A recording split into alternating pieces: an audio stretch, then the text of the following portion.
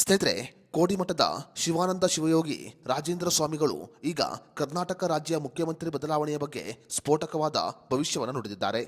ರಾಜ್ಯ ರಾಜಕೀಯವಾಗಿರಬಹುದು, ಸಿಎಂ ಬದಲಾವಣೆಯಾಗಿರಬಹುದು ಅಥವಾ ಪ್ರಕೃತಿ ವಿಕೋಪವಾಗಿರಬಹುದು, ಎಲ್ಲದರ ಬಗ್ಗೆ ಕೋಡಿಮಠದ ಶ್ರೀಗಳು ಭಯಾನಕ ಭವಿಷ್ಯವನ್ನ ನುಡಿದಿದ್ದಾರೆ.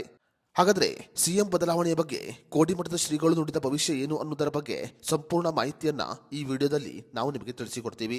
ವಿಡಿಯೋ ತುಂಬಾ ಇನ್ಫಾರ್ಮೇಟಿವ್ ಆಗಿದೆ, ಎಲ್ಲೂ ಸ್ಕಿಪ್ ಮಾಡದೆ ನೋಡಿ.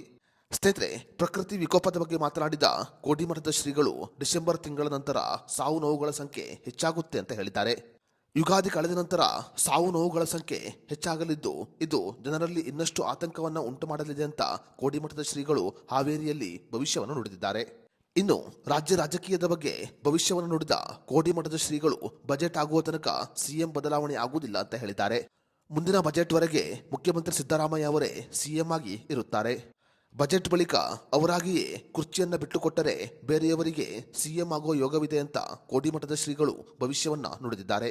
2026 ವರ್ಷದಲ್ಲಿ ಜಲಪ್ರಳಯವಾಗಲಿದ್ದು ಇದು ಸಾಕಷ್ಟು ಜನರ ಸಾವು ನೋವಿಗೆ ಕಾರಣವಾಗಲಿದೆ.